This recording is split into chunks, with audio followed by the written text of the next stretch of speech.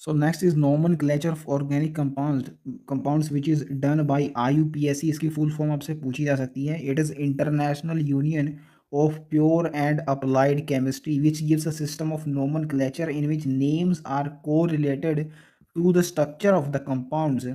It is drastically different from local names, जो कि जिनका origin जो जिनका नेमिंग बेस्ड होता था. They are assigned names based on origin and certain properties. It is quite difficult ना इनके आधार पर नाम देना. ओरिजिन तो सबको कैसे याद रहेगा, मुश्किल है याद रखना. और प्रॉपर्टीज़ भी है कंपाउंड्स की, आपको सभी को नहीं पता होनी होती ना at on the spot. Properties को पर्टिकुलर वे में स्टडी करना पड़ता है आपको. So it is difficulting complexing the process of nomenclature by choosing these criteria for giving names origin and properties. That's why simplified version चाहिए था हमें nomenclature का, जो कि आईपीएससी देती है, सीधे स्ट्रक्चर से रिलेट करती है. स्ट्रक्चर सभी आसानी से समझ सकते हैं. तो that's why IPSC is preferred over local names. Before IPSC system, nomenclature of organic compounds were assigned names based on their origin and certain properties, यानी कहाँ वो पाए जाते हैं और कुछ पॉपुलर प्रॉपर्टीज जो उनसे एसोसिएटेड होती हैं. जैसे कि मैंने कहा, सभी लोगों के लिए पॉसिबल नहीं होता इन दोनों चीज़ों को याद रख पाना, इसलिए आईपीएससी प्रेफर किया जाता है over local names. But there are certain places where IUPAC is dropped out and common names he use किया जा रहा है. These are shortcomings of IUPAC nomenclature, जो कि हम आगे देखने वाले हैं. For instance, citric acid is named so because it is found in citrus fruit. ये तो इसके नाम से ही क्लियर हो रहा है. And the acid found in the red ant is named formic acid since the Latin word ant is formica. तो ये थोड़ा सा मुश्किल हो सकता है आपको याद रखना, लैटिन में है क्योंकि we are not familiar with Latin. Formica का मतलब आंट होता है. अगर ये आपको याद रह जाए तो रेड आंट में पाया जाता है फॉर्मिक एसिड. ये याद रखना मुश्किल नहीं होगा. तो इसको आप एक वर्ड से याद रख सकते हैं, फॉर्मेट, जिसका मीनिंग होता है डिलीट करना या फिर फैक्ट्री सेटिंग्स रिस्टोर करना एक फ़ोन के अंदर. तो यहाँ से फॉर्म से फॉर्मिका आपको याद आना चाहिए और एटी से आंट याद आ जाएगा.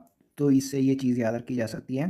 दीज आर कॉल्ड ट्राइबल और कॉमन नेम्स. अब ट्राइबल ये थोड़ा सा यूनिक वर्ड लगता है, पहले सुना हुआ नहीं लगता. इसको लोकल से आप याद रख सकते हैं क्योंकि दोनों का पीछे से सिमिलर साउंड कर रहा है नाम. लोकल नेम्स भी बोला जाता है कॉमन नेम्स को, इसलिए ये इससे भी याद रखा जा सकता है. Some of the common names followed even today. इसका क्या रीज़न है वो नीचे बताया गया है. For example, buckminsterfullerene is a common name to the newly discovered C60 cluster, a form of carbon. जी हाँ, एलोट्रोप होता है, ये पिछले चैप्टर में पढ़ चुके हैं हम. Noting is structure similarity to geodesic domes popularized by Buckminster Fuller. तो ये सारी चीज़ें पिछले चैप्टर में ऑलरेडी हम देख चुके हैं. एक नई चीज़ है यहाँ पे, जियोडेसिक डोम्स. जियोडेसिक ये जो वर्ड है बेसिकली ये मैथमेटिक्स में आता है. It denotes different types of arcs, group of arcs बोलते हैं, which are at different angles to their centre. वो आर्क जो अपने सेंटर से 180 डिग्री एंगल बना रही है उसको बोलते हैं डोम. डोम आपने देखा भी होगा, अगर आपने ताजमहल देखा है तो उसके ऊपर जो half circular half hemispherical structure होती है उसी को डोम बोलते हैं. अब ये हमने पिछले चैप्टर में देखा हुआ है कि जो बकमिनिस्टर फुलेरिन होता है C60, ये सॉकर बॉल की तरह दिखता है, यानी स्फेयर की तरह. डोम नहीं होता, हेमिस्फेरिकल नहीं होता. लेकिन यहाँ पे डोम लिखा हुआ तो आपको डोम ही याद रखना है. इसको ऐसे याद रखिए, जियोडेसिक में पीछे D आता है और डोम्स में भी D, तो ऐसे इसको याद रखिए. Common names are indispensable, particularly when the systematic names are lengthy and complicated. तो यही पीछे आपको एग्जांपल दे के बताया था जहाँ पे फॉर एग्जांपल बोला है बकमिनिस्टर फुलेरिन. अभी इसका एक्चुअल नेम क्या होगा आप देख सकते हैं. 60 कार्बन आ रहे हैं इसमें और अरेंजमेंट उन सब की डिफरेंट भी हो सकती है, सेम भी, लेकिन कार्बन का नंबर तो बड़ा है. तो इससे ये तो क्लियर हो रहा है कि कार्बन का नंबर ज़्यादा होने से इसका नाम बड़ा आएगा, जो सिस्टमैटिक नेम हम देंगे इसको आईपीएससी के अकॉर्डिंग. लेकिन बकमिनिस्टर फुलेरिन ये काफ़ी छोटा नाम है, इजीली इसको याद रखा जा सकता है. इसलिए ये बात यहाँ पे बोली गई है कि कॉमन नेम्स इनडिस्पेंसिबल हो जाते हैं, यानी उनके बिना काम ही नहीं चलता. जहाँ पे सिस्टमैटिक नेम्स लेंदी होते हैं और कॉम्प्लिकेटेड होते हैं। तो this is what I was talking about the short coming of IPSC name. जहाँ पे बहुत बड़े नाम हो जाते हैं वहाँ पे हमें कॉमन नेम्स ही यूज करने पड़ते हैं। अब यहाँ पे आपको एग्जांपल दिए गए हैं कुछ कॉमन नेम्स के। इनमें से कुछ होते हैं जो आईपीएससी के द्वारा एज इट इज़ रिटेन कर लिए जाते हैं, जैसे कि एक मीथेन है। इसके अलावा तीन यहाँ पे लगातार दिए हुए हैं, बेंजीन, एनिसोल एंड एनिलीन। ये रिस्पेक्टिव चैप्टर्स हम जब पढ़ेंगे इन मॉलिक्यूल्स के तो वहाँ पे आ जाएगा, आपको दिख जाएगी ये चीज़। इन जनरल जो मीथ से लेके डैक तक होते हैं परीफिक्सेस आईपीएससी के, वो यूज़ किए जाते हैं आईपीएससी नेम देने के लिए। तो इन जनरल आपको डिफरेंशिएट करना है कॉमन नेम को आईपीएससी नेम से। तो इसको ऐसे समझा जा सकता है कि मिथ, ईथ, प्रोप ये वर्ड यूज़ होंगे सिर्फ और सिर्फ ये वर्ड्स आईपीएससी नेम में। कॉमन नेम्स के अंदर ये नहीं पाए जाएंगे, तो ऐसे इनको डिस्टिंग्विश किया जा सकता है। लेकिन यहाँ पे देखिए, यहाँ पे ब्यूटेन भी है, iso butane, n butane, pentane भी है, तो यहाँ पे आ रही हैं। तो ये कैसे हम बता सकते हैं कि नहीं है आईपीएससी नेम? तो इनके ये अकेले ब्यूटेन या फिर पेंटेन नहीं है ना, इनके आगे कुछ आ रहा है। एन आ रहा है, it signifies there are n number of butanes which are present in a straight chain. यानी ब्यूटेन के अंदर 4 कार्बन होते हैं ना, तो चारों एक स्ट्रेट चेन में प्रेजेंट है, ये एन वो रिप्रेजेंट कर रहा है। एंड आइसो वर्ड का भी मीनिंग होता है, न्यू का भी मीनिंग होता है, हम आगे देखने वाले हैं। मतलब एक्स्ट्रा आ रहा है ना कुछ आईपीएससी वाले से। ब्यूटेन और पेंटेन दीज आर आईपीएससी, उनसे कुछ एक्स्ट्रा आ रहा है, इसका मतलब आईपीएससी नहीं है, कॉमन है ये। एंड बाकी सब में तो देखने की कोई ज़रूरत ही नहीं है, कहीं भी आपको ये मीथेन ब्यूटेन नहीं देखने को मिलेगा, अलग से ही नेम देखने को मिलेंगे इन सब के। इसलिए मैं इनको डिटेल में नहीं बता रहा आपको। आईपीएससी को कॉमन से कैसे डिस्टिंग्विश करना है, सिर्फ इतना आपको देखना यहाँ से आना चाहिए। अब स्टार्ट किया जा रहा है आईपीएससी नोमेनक्लेचर, जहाँ पे देने के लिए किसी ऑर्गेनिक कंपाउंड को आईपीएससी सबसे पहले आइडेंटिफाई किया जाती है parent hydrocarbon and functional group को। Parent hydrocarbon means the longest chain, parent बड़ा होता है ना चिल्ड्रन से। ब्रांचेस यहाँ पे बच्चों की तरह ले सकते हैं आप, पेरेंट के बच्चे ब्रांचेस है। तो पेरेंट होगी लॉन्गेस्ट कार्बन चेन एंड उस पर अटैच होंगे उसके बच्चे यानी ब्रांचेस है।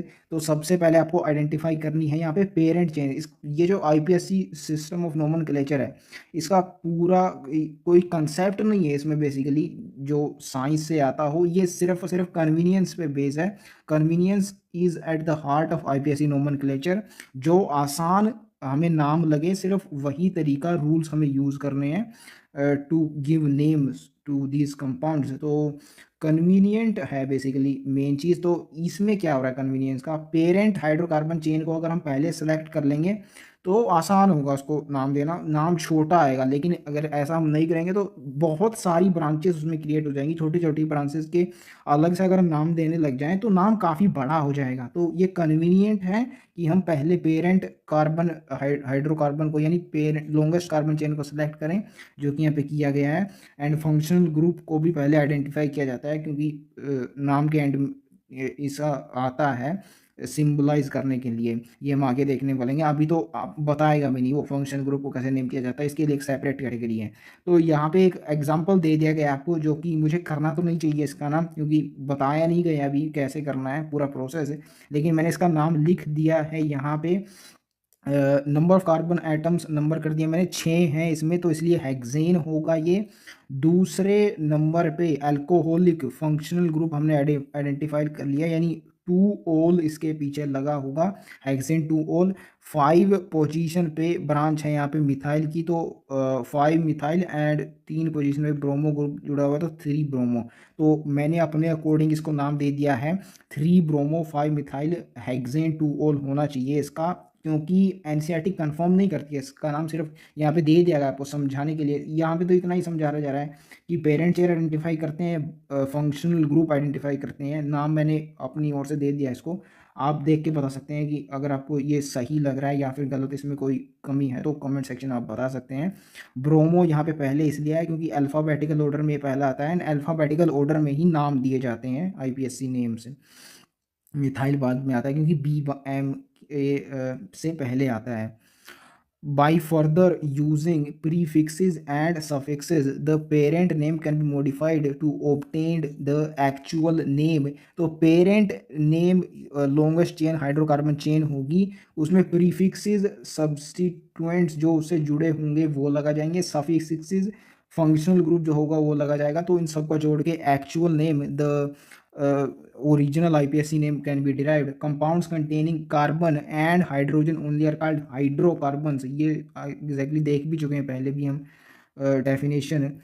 They are called saturated if carbon carbon single bonds are present, and अगर डबल और ट्रिपल भी हों तो उसको अनसैचुरेटेड बोलते हैं। IUPAC name for a homologous series of such compounds is called alkane.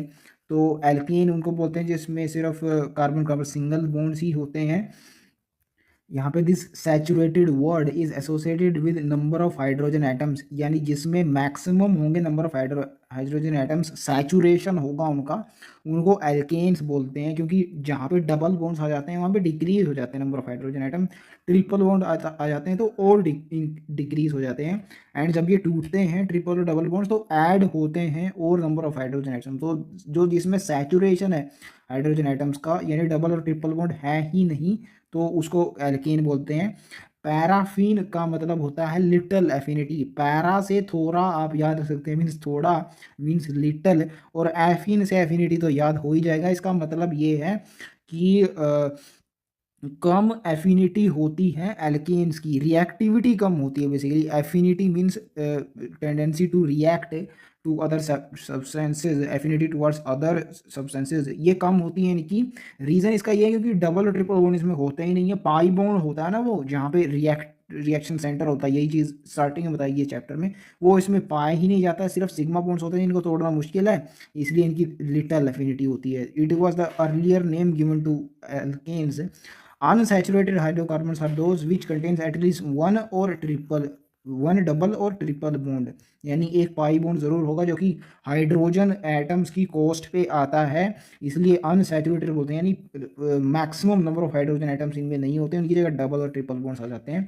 तो एल्कीन्स और एल्काइंस होते हैं डबल अनसैचुरेटेड हाइड्रोकार्बन्स, ये आगे आने वाला है। First is IUPAC nomenclature of alkanes, and first of all straight chain hydrocarbons the simplest ones उनका डिस्कस किया गया है।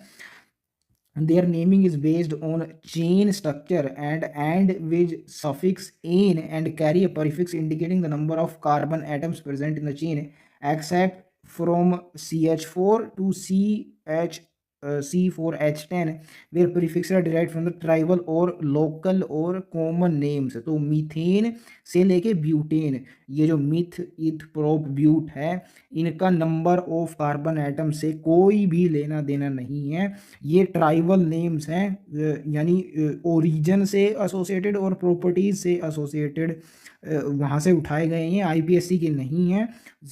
तो यहाँ तक ये चीज़ आपको पता होनी चाहिए। यहाँ से पैंट आपको क्लियर हो जाता है ना, मैं 5 कार्बन बता रहा है, हैग्स बता रहा है 6, फिर हैप्ट बताता है 7, सेप्ट से उसको याद रखा जाता है। तो ये इनके नाम से भी क्लियर हो रहा है कि पता नहीं लग रहा है नंबर ऑफ कार्बन एटम्स के। अब एन के पीछे इसे लगा जाता है क्योंकि एल्केन्स होते हैं ये, एंड प्रीफिक्स डिनोट करता है नंबर ऑफ कार्बन एटम्स को। This we will see also, तो नाम से भी आगे क्लियर हो जाएगा।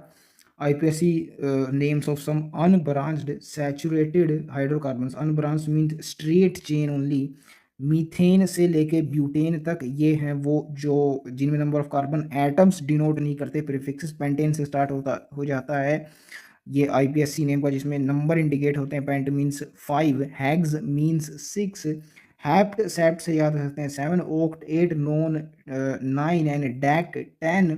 आइकोसेन होता है 20 कार्बन वाला, ट्राई कंटेन होता है 30। ये इंपॉर्टेंट है क्योंकि 1 से 10 तक तो सभी को याद हो जाते हैं। ये यूनिक चीज़ें हैं जो एग्जामिनर के नज़र में आ सकती हैं, हमसे पूछी जा सकती है। ट्राई मीन्स 3 और 10 इसके पीछे आ रहा है, तो 3 गुणा 10 तो 30 हो जाता है, इसे C30 आपको याद रखना है। इकोसेन के अंदर ये जो ओ आ रहा है इसको 0 मान के चलिए आप, इससे पहले क्योंकि 2 अल्फ़ाबेट्स आ रहे हैं तो 2 × 0 यानी C20 होगा इकोसेन, ऐसे इसको समझा जा सकता है। अब डैकेन 10 से आया है, ऑक्टेन 8 से याद किया जा सकता है, और सेप्टेन यानी हेप्टेन 7 से, ये आपको पता ही होगा। एंड इनका एक जनरल फॉर्मूला भी होता है एल्केन्स का, CnH2n+2, जो कि फर्स्ट मेंबर से याद समझा जा सकता है। जैसे CH4 है, इसमें जो फॉर्मूला उसमें n की जगह 1 पुट कर दे हम, नंबर ऑफ कार्बन एटम्स, तो CH4 बन जाएगा। H2n+2 होता है। तो ये जनरल फॉर्मूला आगे आने भी वाला है हाइड्रोकार्बन चैप्टर में। यहाँ पे मैंने इसलिए बता दिया क्योंकि नंबर ऑफ कार्बन आइटम्स हमने देख लिए, मीथ, प्रोप, ब्यूट, ये 1 से 4, और फिर पेंटेन से लेके ट्राई कंटेन तक कार्बन आइटम्स, लेकिन हाइड्रोजन कितने होंगे इनमें ये फॉर्मूला बताएगा, ऐसे नहीं दोनों होंगे ये, तो इसलिए मैंने फॉर्मूला भी बता दिया यहाँ पे। Next is branched chain hydrocarbons. तो ब्रांचेस क्या होती हैं? These are small chains attached to the one of more carbon atoms of the parent chain, these are called alkyl groups. तो जो एल्केन होता है उसमें से अगर एक हम हाइड्रोजन हटा दें तो जो चीज़ बचेगी इट वुड बी एल्काइल। जैसे कि यहाँ पे आपको एग्जांपल्स दिए गए हैं, इनके नाम नहीं याद रखने हैं, आपको दिए भी नहीं गए हैं, सिर्फ इतना याद रखिए पेरेंट चेन से यहाँ पे अटैच्ड की गई हैं ब्रांचेस। इनको नाम कैसे देना है ये आगे बताया गया जब अल्काइल ग्रुप डिस्कस किया जाएगा आगे। In order to name such compounds, names of alkyl groups are prefixed to the name of the parent alkane. जैसा कि हमने पीछे देखा था, पेरेंट एल्केन के आगे प्रीफिक्सेस लगाए जाते हैं, वो सब्स्टिट्यूएंट हो सकते हैं, सब्स्टिट्यूएंट ग्रुप्स हो सकते हैं, या फिर ये अल्काइल ग्रुप्स भी होते हैं। फंक्शनल ग्रुप लगा जाता है जैसा सफिक्स यानी पीछे, ये अल्काइल ग्रुप्स आगे ही होते हैं। alkyl group is derived from saturated hydrocarbons by removing a hydrogen atom from the carbon, thus methane से मिथाइल ग्रुप निकलेगा, इसको मिथाइल ग्रुप बोलेंगे, substituting yl for ane in this corresponding alkanes. यानी main चीज़ यहाँ पे ये है कि सैचुरेटेड हाइड्रोकार्बन से ये डिराइव किए जाते हैं alkyl groups. And saturated hydrocarbon सिर्फ एक ही होता है एल्केन, तभी तो यहाँ पे एन हटा के हाइड्रोजन के रिमूवल के साथ आई लगा दिया जाता है उसके नाम के पीछे। अब यहाँ पे एग्जांपल दिए गए हैं कुछ अल्काइल ग्रुप्स के। मीथेन से अगर हाइड्रोजन निकालेंगे तो मिथाइल बनेगा, ऐसे ही डेकेन से निकालेंगे तो डेकाइल बनेगा। क्वाइट इजी इनकी नेमिंग है। Abbreviations are used for some alkyl groups, यहाँ पे सिर्फ 4 ही गिवन हैं।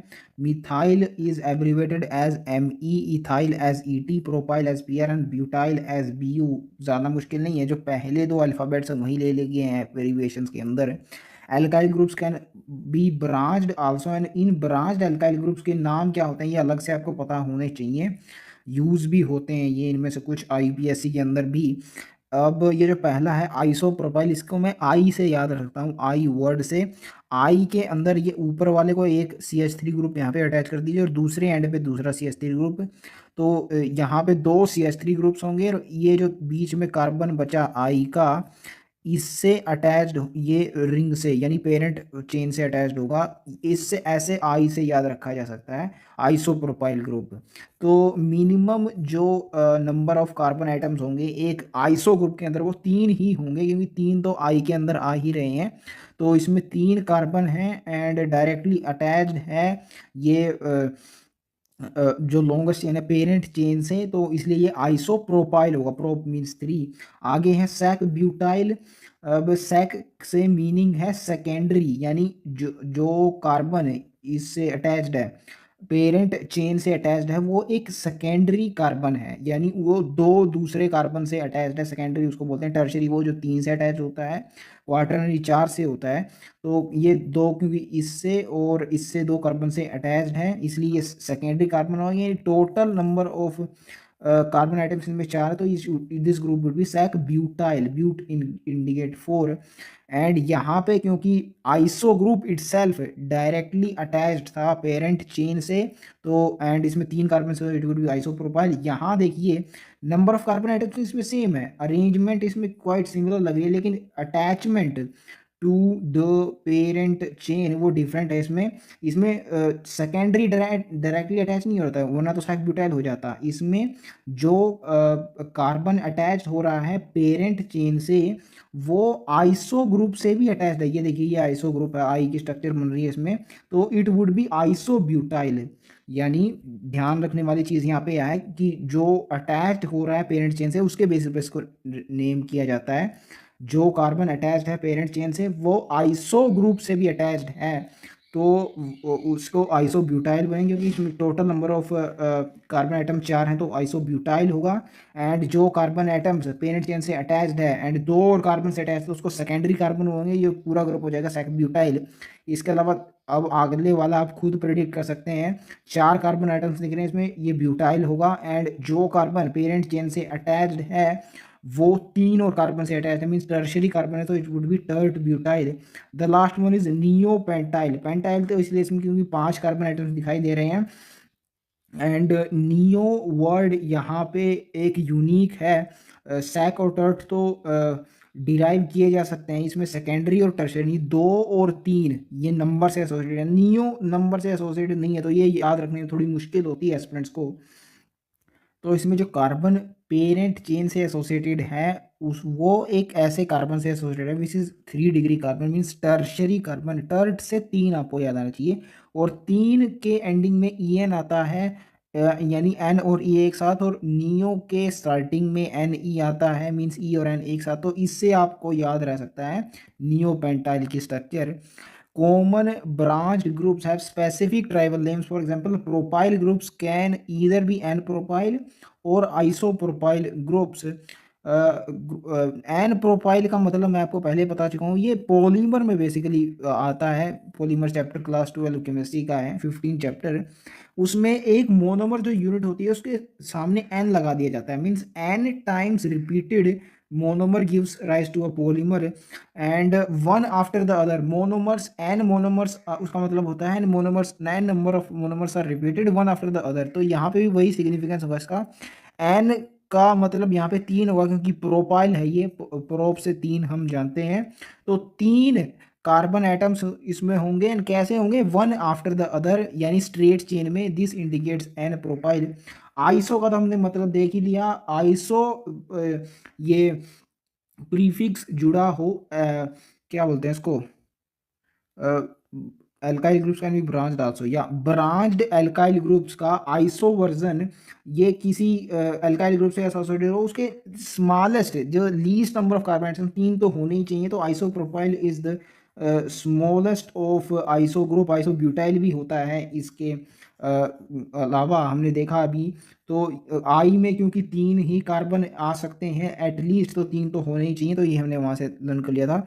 The branched butyl groups are called sec butyl, isobutyl and tert butyl। तो ब्यूटाइल यानी 4 कार्बन एल्काइल ग्रुप्स के अंदर 3 वे में अटैच होते हैं, सैक, आइसो और टर्ट ब्यूटाइल, ये तीनों के स्ट्रक्चर हम ऊपर देखाए हैं। और 5 कार्बन वाला एल्काइल ग्रुप, इसको एक ही वे में रिप्रेजेंट किया जा सकता है, नियो पेंटाइल, ये भी हमने अभी ऊपर देखा था। Nomenclature of branched chain alkanes. अब हमने स्ट्रेट चेन का सिंपल देखा था, ब्रांच इज एसोसिएटेड होगा पेरेंट कार्बन के साथ, तो उनको कैसे नाम दिया जाएगा वो यहाँ पे बताया गया है।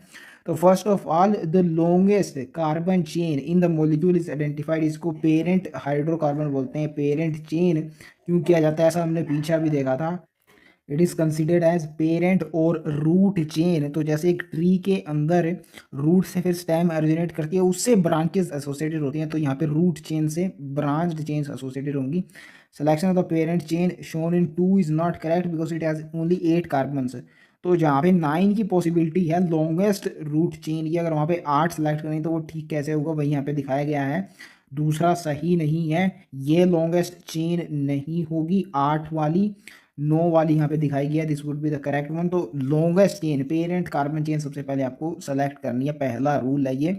सीक्वेंस नहीं याद रखना है रूल्स का, आपको सिर्फ एक नाम दिया जाएगा क्वेश्चन में, पेपर के एग्जाम के अंदर जो क्वेश्चन आएगा वो, एंड बेसिकली उससे एसोसिएटेड स्ट्रक्चर दी गई जाएगी, उससे एसोसिएटेड आपको नाम प्रेडिक्ट करना है। सिर्फ ये रूल्स आपको एज अ होल याद होने चाहिए। दूसरी चीज़, the numbering is done in such a way that the branch carbon atoms get the lowest possible number। अगर हाईएस्ट नंबर आ रहा है तो कॉम्प्लिकेट हो जाएगा ना उसका नाम भाई।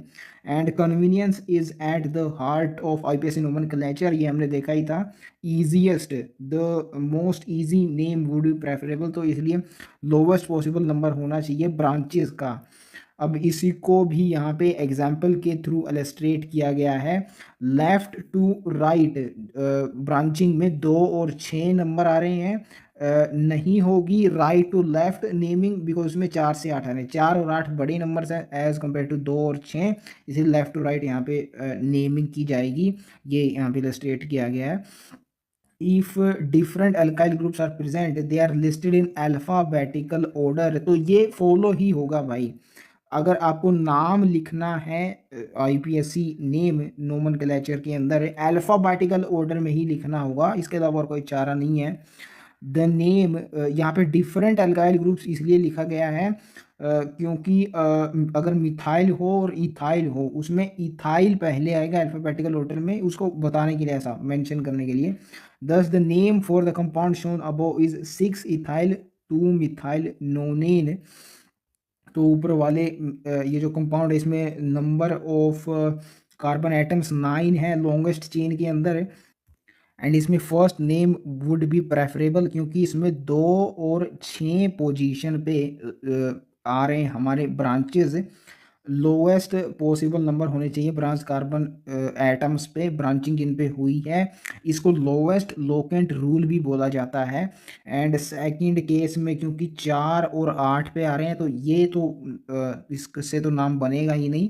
एंड एक दूसरी चीज़ जो मैं आपको दिखाना चाहता हूँ यहाँ पे, इवन दो यहाँ पे मिथाइल सेकंड पोजीशन पे आ रहा है और 6th पोजीशन पे आ रहा है इथाइल, लेकिन फिर भी मिथाइल नाम लिखते समय पहले नहीं लिखा जाएगा, वही चीज़ यहाँ पे बताई है। नाम लिखते समय क्योंकि नाम में अल्फ़ाबेट्स यानी वर्ड्स आते हैं ना, तो इसलिए अल्फ़ाबेटिकल ऑर्डर वहाँ पे फॉलो होगा। इथाइल पहले आएगा, 6th उसकी पोजीशन है, उसके बाद सेकंड पोजीशन में मिथाइल है एंड नो कार्बन है, so non, and ane indicates it is alkane, there are no double और triple bonds in it. Note the numbers are separated from the groups by hyphens and there is no break between methyl and nonane. ये एक चीज़ है जो numbers और alphabets को separate करती है, hyphen उनको डिफरेंशिएट करने के लिए इसका इस्तेमाल किया जाता है। अगर नाम है, देखिए नोनेन भी एक नाम है, इसमें अल्फ़ाबेट्स आते हैं, वर्ड से अल्फ़ाबेट है, वर्ड से वर्ड है अल्फ़ाबेट से मिलके बना हुआ है, नंबर्स नहीं है बेसिकली इसमें। तो मिथाइल में भी नंबर नहीं है, नोनेन में भी है, तो इनके बीच में कोई हाइफन नहीं आएगा।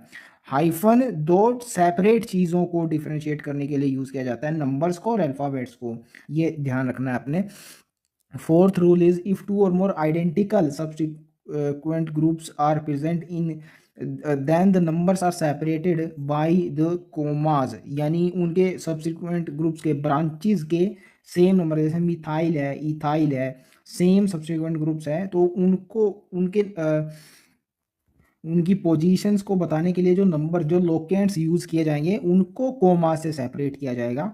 The names of the identical substituents are not repeated, instead prefixes such as di for 2, tri for 3, tetra for 4, penta for 5, hexa for 6 ETC are used.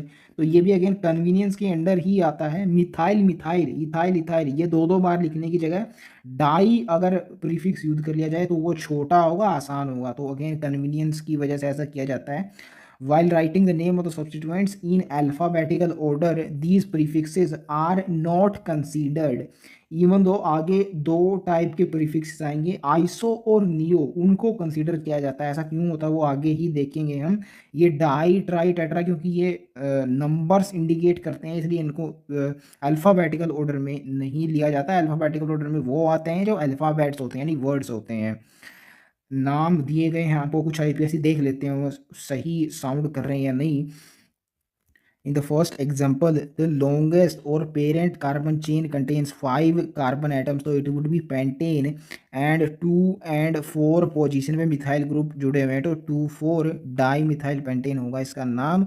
And इसको अगर उल्टे सीक्वेंस में अगर इसकी नेमिंग उल्टे तरीके से की जाएगी तब भी 2 और 4 पोजीशन में मिथाइल ग्रुप्स आ रहे हैं, तो उल्टा सीधा ये एक ही नाम पे पहुंचेंगे आप, तो easiest one you can say. Next is इसमें भी जो पेरेंट कार्बन एटम उसमें पेरेंट कार्बन उसमें 5 कार्बन एटम, तो it will be pentane. And अगर यहाँ पे आप उल्टे डायरेक्शन से इसकी नेमिंग करेंगे तो सबसे पहले 2 पोजीशन पे आ रहा है मिथाइल ग्रुप, उसके बाद 4 पे आएगा डाई मिथाइल, यानी 2 4 4 होगा, 244 हो जाएगा नंबर। अभी यहाँ पे कितना है 224, तो 224 छोटा है इसलिए ये लिया जाएगा ऐसे इन टाइप्स ऑफ क्वेश्चन जो आईपीएससी ने उनको डील किया जाता है जिसमें सेम लोकेंट पोजीशन आ रही हो, जिसमें सम ऑफ लोकेंट्स कम आ रहा है, लोवेस्ट लोकेंट आ रहा है, उसको लिया जाता है। तो इट दो दो पोजीशन पे दो मिथाइल ग्रुप जुड़े हुए हैं, 4 पे एक और है, तो 2 to 4 ट्राई मिथाइल पेंटेन इसका नाम होगा। नेक्स्ट में 7 कार्बन आते हैं पेरेंट कार्बन चेन के अंदर, तो it would be heptane. And अगर इसको रिवर्स डायरेक्शन से नेम किया जाए तो यहाँ पे 4 पोजीशन पे आ रहा है मिथाइल ग्रुप, और जो जिस डायरेक्शन से की गई है वो किया जाए तो उस पर 3 पोजीशन पे आ रहा है, तो लोवेस्ट लोकेंट तो सीधे यहाँ पे लग जाएगा, इसमें तो कोई बात ही नहीं है।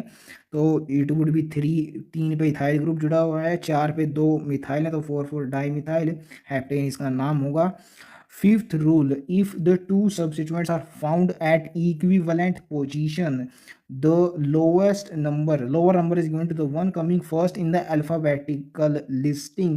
तो ये चीज़ आपको तब करनी है जब दो सब्सिट्यूएंट ग्रुप्स इक्विवेलेंट पोजीशन पे आ रही है, यानी लोवेस्ट लोकेंट रूल यहाँ पे फेल कर जा रहा है, तब आपने अल्फ़ाबेटिकल ऑर्डर यूज़ करना है उनको नाम देने के लिए। जैसे कि यहाँ पे आया है, दोनों ही तरफ से अगर आप नेमिंग करें तो जो की गई है उसमें यानी लेफ्ट से लेके राइट में 3 पोजीशन पे इथाइल ग्रुप आ रहा है, अगर हम राइट से लेके लेफ्ट में करेंगे तो 3 पोजीशन पे मिथाइल ग्रुप आता है। तो दोनों सब्स्टिट्यूएंट ग्रुप सेम पोजीशन पे आ रहे हैं। यहाँ पे अल्फ़ाबेटिकल ऑर्डर अब लगाया जाएगा क्योंकि लोवेस्ट लोकेंट रूल यहाँ पे फेल हो रहा है। इथाइल में ई से स्टार्ट होता है वो जो अल्फ़ाबेटिकल ऑर्डर में पहले आता है, तो ये लेफ्ट टू राइट इसकी नेमिंग सही होगी, and that's how this compound will be named. And सीधे ही आपको अल्फ़ाबेटिकल ऑर्डर नहीं लगा देना है, इसको ऐसे याद रखिए कि जो नंबर्स होते हैं हमारे वो 1 से 9 ही तक होते हैं बेसिकली, एंड अल्फ़ाबेट्स होते हैं 1 से 26, तो ज़्यादा कॉम्प्लिकेट हो जाएगा ना शुरुआत में ही अल्फ़ाबेटिकल ऑर्डर हम लगाने लग जाएं, क्योंकि वो 26 होते हैं, ये होते हैं सिर्फ 9 ही। तो सबसे पहले लोवेस्ट लोकेंट रूल लगाया जाता है क्योंकि कन्वीनियंस के ऑर्डर में वो पहले आता है। So this compound will be 3 ethyl 6 methyl octane and not 6 ethyl 3 methyl octane। अब इथाइल पहले आ रहा है, मिथाइल बाद में आ रहा है, नाम तो सही लिखा गया है लेकिन लोकेंट में गलती कर दी आपने। अगर आप दूसरे वाला नाम करेंगे 6 इथाइल करेंगे, ऐसा नहीं होना चाहिए, इथाइल पहले आना चाहिए अल्फ़ाबेटिकल ऑर्डर में क्योंकि पहले आता है, तो लोवेस्ट लोकेंट 3 की साइड पे ये पड़ेगा, 6 पे मिथाइल जाएगा। 6th रूल कह रहा है हमसे branched alkyl groups can be named by the following above mentioned procedure. तो जैसे कि हमने पेरेंट जो नाम होते हैं बेसिकली एल्केन्स होते हैं सीधे सीधे, उनको हमने आईपीएससी नॉर्मल क्लासेस से लिखने की कोशिश करी, वैसे ही एल्काइल ग्रुप से भी इन्हीं से होंगे, दीज आर नॉट एक्सेप्शंस। सिर्फ इतनी सी बातें यहाँ पे बताई गई। However the carbon atom of the branch that attach to the root alkane is numbered as 1। तो एल्काइल ग्रुप जो कि पेरेंट चेन से अटैच्ड है, बड़ा है अगर वो, तभी उसकी नेमिंग करने की जरूरत नहीं पड़ेगी ना, इन टर्न उसके अंदर नेम करने की जरूरत पड़ेगी जब भी वो बड़ा होगा। छोटा होगा तो सीधा ही लगाते हैं, जैसे आइसोप्रोपाइल है या फिर दूसरे हैं इसके अलावा छोटे, तो वो तो सीधे ही लगा देते हैं मिथाइल इथाइल। जब वो बड़ा हुआ तभी ज़रूरत पड़ेगी, एंड बड़ा है तो जो अटैच्ड है हमारी पेरेंट चेन से उसको पहला नाम दिया जाएगा क्योंकि वहीं से ब्रांचिंग की शुरुआत हो रही है ना, पेरेंट चेन से जो कार्बन अटैच है, इसलिए नंबर 1 उसको दिया जाता है। तो यहाँ पे है पेरेंट चेन। अब इससे एसोसिएटेड जो कार्बन एटम है उसको 1 नंबर दिया जाएगा। यहाँ पे थोड़ा सा कैच हो गया, आगे पीछे हो गए नंबर्स, और जो कार्बन चेन यहाँ पे गिवन है ये ठीक कर लीजिएगा आप, पहला नंबर इसी को दिया जाएगा। एंड यहाँ पे ये जो पूरा कंपाउंड बन रहा है इस एल्काइल ग्रुप बेसिकली, इसमें 4 हमारे पास कार्बन आइटम था, it would be butyl, and 2 और यानी कि 1 और 3 पोजीशन पे, जी हाँ 1 और 3 ही है इसकी पोजीशन बेसिकली। इसने मिथाइल ग्रुप की पोजीशन और ये नंबरिंग दोनों ही आगे पीछे कर रखा है। देखिए जो CH2 से जुड़ा हुआ दिखाई दे रहा है आपको, वो भी हाइड्रोजन से। CH2 की तो वैलेंसी ऑलरेडी पूरी है ना यहाँ पे कार्बन की, 2 कार्बन हाइड्रोजन इससे अटैच्ड है और 2 आगे पीछे से जुड़ा हुआ है, तो इससे तो पॉसिबिलिटी नहीं अटैच होगा। तो पहले CH से अटैच है CH3, फिर आगे CH से अगेन CH3 अटैच है। 1 और 3 पोजीशन है मिथाइल की, तो 1,3 डाई मिथाइल ब्यूटाइल इसका नाम होगा। एंड यहाँ पे मैं बता रहा जा रहा था आपको कि हाउ एवर इसलिए यूज़ किया गया है क्योंकि ऊपर तो उसने एक बात बोल दी कि ब्रांच्ड एल्काइल ग्रुप्स में भी वैसे ही नेम होगी जैसे कि हमने यूजुअली की थी पीछे प्रोसीजर्स के अकॉर्डिंग। लेकिन वहाँ पे जब नंबरिंग की जाती है तो वो एल्काइल ग्रुप्स की पोजीशन के अकॉर्डिंग की जाती है, ऐसे ही सीधा उसका रूल नहीं होता। यहाँ पे हाउएवर इसलिए लगा दिया क्योंकि यहाँ पे फिक्स है, नंबर 1 उसी को दिया जाएगा जो पेरेंट कार्बन से अटैच्ड होगा। ऐसा कोई फिक्स्ड रूल वहाँ नहीं था जो नॉर्मल अबव मेंशन प्रोसीजर हमने पढ़े थे। एल्काइल ग्रुप्स की पोजीशन के हिसाब से डिफर कर सकती थी नंबरिंग, लेकिन ऐसा यहाँ पे नहीं हो रहा, फिक्स्ड है चीज़, इसलिए यहाँ पे हाउएवर लगाया गया है। सो दैट्स हाउ नंबरिंग नाम दिया जाता है ब्रांच्ड एल्काइल ग्रुप्स को। एंड अब आगे वो बात बताई जा रही है जिसके बारे में मैं आपसे डिस्कस कर रहा था, आइसो और नियो के बारे में। ये कंसीडर किए जाते हैं अल्फ़ाबेटिकल ऑर्डर के अंदर। The name of branch chain alkyl groups is placed in parenthesis while naming the compound। ऐसा इसलिए किया जाता है क्योंकि जो पेरेंट कार्बन चेन है उसमें भी नंबरिंग होती है और ये ब्रांच चेन अल्काइल ग्रुप में भी नंबरिंग होती है। तो इन दोनों नंबर्स और लोकेंट्स को डिफरेंशिएट करने के लिए अल्काइल ग्रुप के नंबरिंग को ब्रैकेट में क्लोज किया जाता है, जिसको पैरेंथेसिस बोल रहे हैं यहाँ पे। The more important thing is return downwards in alphabetical order, prefixes iso and neo are considered and sec and tert are not. इसके लिए हिंट मैंने पीछे ही दे दिया था अभी आपको। सैक डिनोट कर रहा है सेकेंडरी कार्बन को, टर्ड मींस टर्शरी, यानी 2 और 3 नंबर्स को डिनोट कर रहे हैं ये वर्ड्स। नंबर्स को कर रहे हैं इसलिए अल्फाबेटिकल ऑर्डर में नहीं आएंगे, अल्फाबेटिकल ऑर्डर्स में वर्ड्स आते हैं। आइसो एंड नियो कोई भी नंबर्स को डिनोट नहीं कर रहे हैं, वर्ड्स हैं ये, इसलिए ये दोनों आते हैं अल्फाबेटिकल ऑर्डर में। And next is multiple substitutive compound के अंदर कुछ दो और रूल्स ऐड किए गए हैं यहाँ पे। If there happens to be two chains of equal size then the chain is to be selected which contains more number of side chains. यानी यहाँ पे नंबर ज़्यादा जिस पेरेंट चेन में होगा, बेसिकली हमने ये तो देख लिया कि लॉन्गेस्ट कार्बन चेन सेलेक्ट करनी होती है पेरेंट चेन के अंदर। लेकिन किसी एक कंपाउंड में अगर दो दो same number of carbon atom वाली चेन आ जाए तो उसमें क्या करना है वो यहाँ पे बताया गया है, जिसमें ज़्यादा साइड चेन्स हों। बेसिकली इसको ऐसे समझा जा सकता है कि जिस पेरेंट कार्बन चेन के ऊपर ज़्यादा साइड चेन्स होंगी, अगर कम वाली हमने सेलेक्ट करी तो बड़ी साइड चेन्स होंगी उसमें, क्योंकि उतने ही ग्रुप्स को इंक्लूड करने के, उतने कार्बन्स को इंक्लूड करने के लिए अगर आप साइड चेन्स कम ले रहे हैं तो वो चेन्स बड़ी होंगी, और अगर छोटी चेन्स ले रहे हैं तो उनका नंबर ज़्यादा होगा। तो बड़ी चेन्स को क्योंकि कॉम्प्लिकेटेड होती है, उनको लिखना मुश्किल होता है as compare to methyl ethyl, ये छोटी चेन्स है, इसलिए नंबर ज़्यादा हो ये चलेगा, चेन्स बड़ी नहीं होनी चाहिए। तो उसके लिए ही ये पॉइंट यहाँ पे बताया गया है। ऐसे केस में आप मोर नंबर ऑफ साइड चेन्स वाली को प्रेफर करते हैं। अगेन कन्वीनियंस का रूल यहाँ पे फॉलो हो रहा है। After the selection of the chain numbering is done from the end closer to the substituent. ये तो हमने देख ही लिया था, लोवेस्ट लोकेंट रूल को ही यहाँ पे रिपीट किया गया है। अब ये रूल इलस्ट्रेट करने के लिए बहुत ही बेहतरीन एग्जांपल दिया है एनसीईआरटी ने। यहाँ पे 1 से लेकर 10 तक नंबरिंग की गई है पेरेंट चेन की, एक दूसरे तरीके से भी की जा सकती है इस कंपाउंड के अंदर। इसको 1 मान लें और ऐसे ही यहाँ तक 10 तक चले जाएं। तो इन दोनों में डिफरेंस क्या है ये ऊपर वाला रूल बताएगा। मोर नंबर ऑफ साइड चेन आने चाहिए, जो लिखा हुआ है उसमें साइड चेन्स 3 आती हैं, 2 मिथाइल आते हैं और एक ये पूरा ग्रुप आता है जिसको इथाइल ब्यूटाइल यहाँ पे बोला है, तो 3 आ गई। लेकिन यहाँ से अगर स्टार्ट करें हम 1 से 10 तक, तो इसमें एक तो इथाइल का आता है और एक ये पूरा ग्रुप आता है, यानी सिर्फ 2 ही इसमें साइड चेन्स देखने को मिलती हैं, जो कि हमने देखा कि ज़्यादा होनी चाहिए। तो ज़्यादा जो एनसीईआरटी ने लिखी है नंबरिंग उसमें आ रही है, 3 आ रही हैं, तो इसलिए ये ऑर्डर यहाँ पे प्रेफरेबल होगा नंबरिंग लिखने का। तो इस हिसाब से इसका नाम होगा 5 पोजीशन पे है 2 इथाइल ब्यूटाइल। ये ब्रांच्ड एल्काइल ग्रुप है, इसकी ब्रांचिंग की गई है और इसलिए इसको ब्रैकेट में क्लोज किया गया है। ये पूरा ग्रुप है ब्यूटाइल का और सेकंड पोजीशन पे इथाइल जुड़ा हुआ है, तो it is 2 ethyl butyl. And 3 position पे 2 मिथाइल ग्रुप्स हैं, डैकेन इसका पूरा नाम है। अब इसके नीचे जो नोट लगा के दिया हुआ है एनसीईआरटी ने, ये तो सीधा ही देखते ही क्लियर हो जाता है, उसने पहले मिथाइल लिख दिया बाद में इथाइल लिख दिया। ये कैसे हो सकता है भाई? इथाइल पहले आएगा अल्फाबेटिकल ऑर्डर में, तो देखते ही से ही गलत हो गया नाम। लेकिन अगर इसका उल्टा कर दें, यहाँ पे इथाइल को 3 इथाइल 5 डाई मिथाइल ब्यूटाइल डैकेन करके इसको लिखें, तो आप बता ही नहीं पाएंगे कि ये गलत है या सही है, आपको बिल्कुल सही लगेगा ये, क्योंकि रिटर्न में हमने अल्फ़ाबेटिकल ऑर्डर में लिखा है। एंड अगर यहाँ से नंबरिंग करें स्टार्ट और यहाँ एंड करें, यानी जो एनसीईआरटी में नहीं की मैंने वो नंबरिंग है, तो यहाँ पे थर्ड पोजीशन पे आ रहा है इथाइल ग्रुप, एंड जो एनसीईआरटी ने की है मार्किंग उसमें थर्ड पोजीशन पे आता है मिथाइल ग्रुप।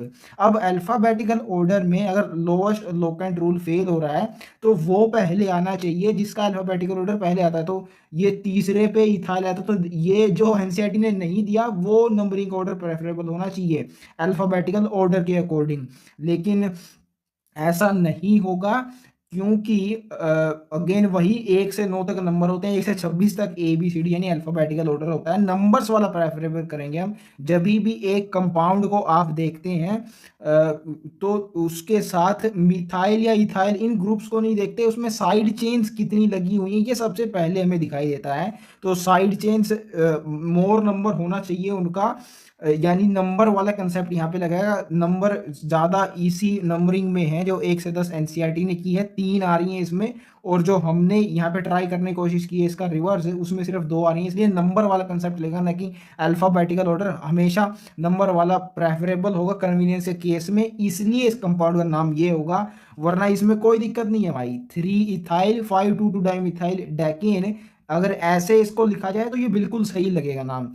अब इसका सही को किस तरीके से ठहराया जा सकता है ये बहुत डिटेल में हमने एक्सप्लेन कर लिया है।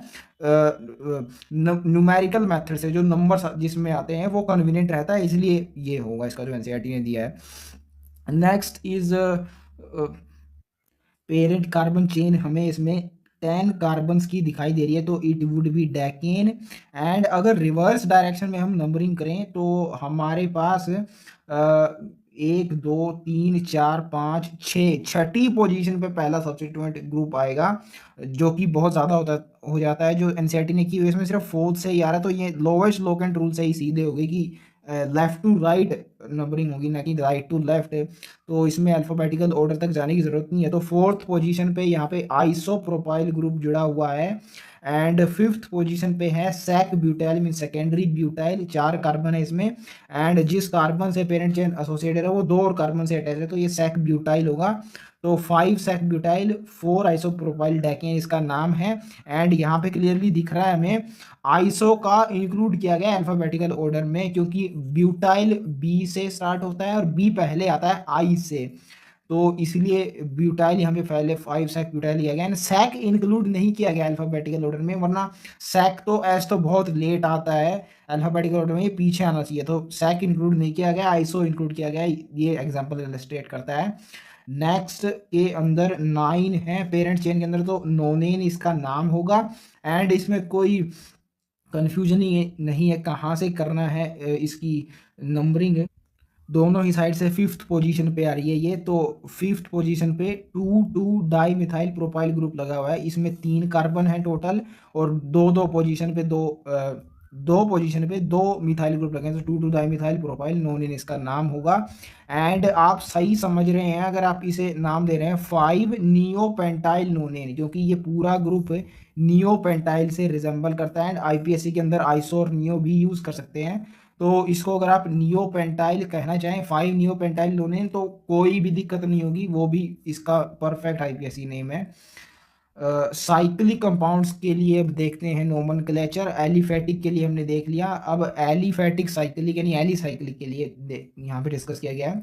Saturated monocyclic compound is named by prefixing cyclo to the corresponding straight chain alkane, यानी जितने नंबर ऑफ कार्बन एटम्स का स्ट्रेट चेन एल्केन है और वो कंबाइन करके साइकिल बना रहा है, सिर्फ उसी के आगे आपको साइक्लो लगा देना है, तो साइक्लिक कंपाउंड का नोमेनक्लेचर हो जाएगा। जैसे कि यहाँ पे स्टेट किया गया है पेंटेन से, यानी 5 कार्बन है और साइकिल बनाए तो साइक्लोपेंटेन। एंड सेकंड एग्जांपल में रिमार्क्स आपको दिए गए हैं कि अल्फाबेटिकल ऑर्डर से नंबरिंग आपको करनी है इसमें। 1 मिथाइल 3 प्रोपाइल साइक्लोहेक्सेन, साइक्लोहेक्सेन तो हमें दिखाई ही दे रहा है, लेकिन अगर इसकी नंबरिंग दूसरे डायरेक्शन से भी करें, यानी इसको हम 1 दे दें तो 1 और 3, तो अगेन इसमें दूसरे डायरेक्शन से भी फॉलो होगा। तो लोएस्ट लोकेंट रूल यहाँ पे फेयर कर रहा है, दोनों ही केस में 1 और 3 हो रहा है। तो यहाँ पे लगेगा अल्फाबेटिकल ऑर्डर, इसलिए लगा गया है, दिखा गया है यहाँ पे मिथाइल एम, क्योंकि अल्फाबेटिकल ऑर्डर में पहले आता है एज कंपेयर टू पी, तो इसलिए 1 मिथाइल होगा और 3 प्रोपाइल होगा साइक्लोहेक्सेन।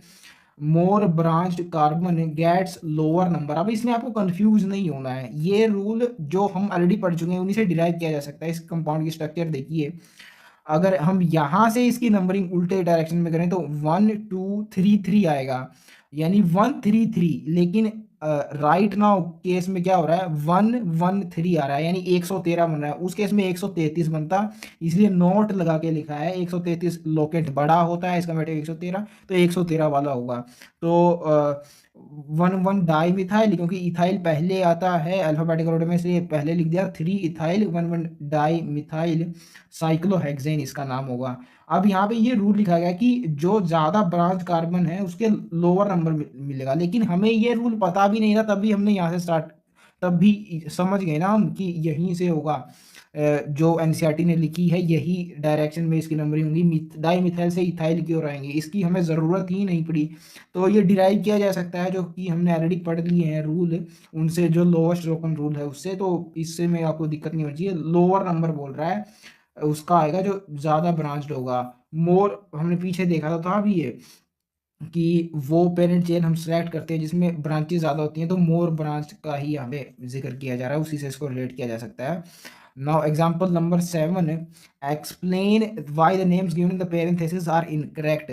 जो ब्रैकेट्स में नेम गिवन है वो इनकरेक्ट क्यों है, ऐसा आपको इस एग्जांपल में बताना है।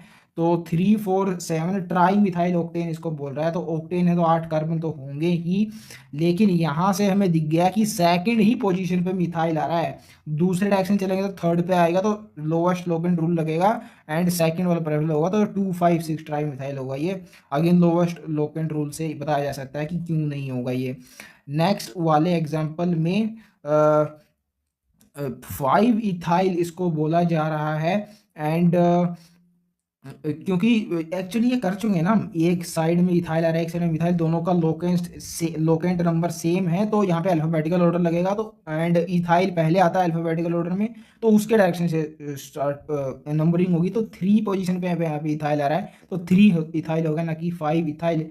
तो लोएस्ट लोकेंट रूल के हिसाब से हमने पहले ए पार्ट का आंसर दे दिया, वो फेल हो गया था। सेकंड पार्ट में हमने अल्फाबेटिकल ऑर्डर से आंसर दे दिया, वही आपको यहाँ पे एक्सप्लेनेशन दी होगी, आप पढ़ सकते हैं इसमें। लोअर लोवेस्ट लोकेंट, जी हाँ पहले में ये यूज़ किया गया, और अल्फाबेटिकल ऑर्डर यूज़ किया है सेकंड पार्ट में। Nomenclature of organic compounds having functional groups, ये आगे डिस्कस किया गया है। Compounds having the same functional group undergo similar reactions. अब जो रिएक्शन वाला पार्ट होता है किसी भी एक कंपाउंड के अंदर, वो उसका फंक्शनल ग्रुप ही होता है, तभी तो हमने पीछे डिस्कस किया था ये फंक्शनल, यानी जो रिएक्शन जिस हिस्से से होती है किसी भी कंपाउंड की, वो फंक्शनल ग्रुप ही होता है। तो अगर सेम फंक्शनल ग्रुप है सभी कंपाउंड्स के अंदर जिनकी बात हो रही है यहाँ पे, तो वो उनकी रिएक्शंस भी सिमिलर होंगी। इसी रीजन से आगे एग्जांपल से बताया गया है। अल्कोहल्स के केस में all having OH functional group liberate hydrogen on reaction with sodium metal. ये चीज़ ऑलरेडी हम देख चुके हैं एस ब्लॉक एलिमेंट्स के अंदर।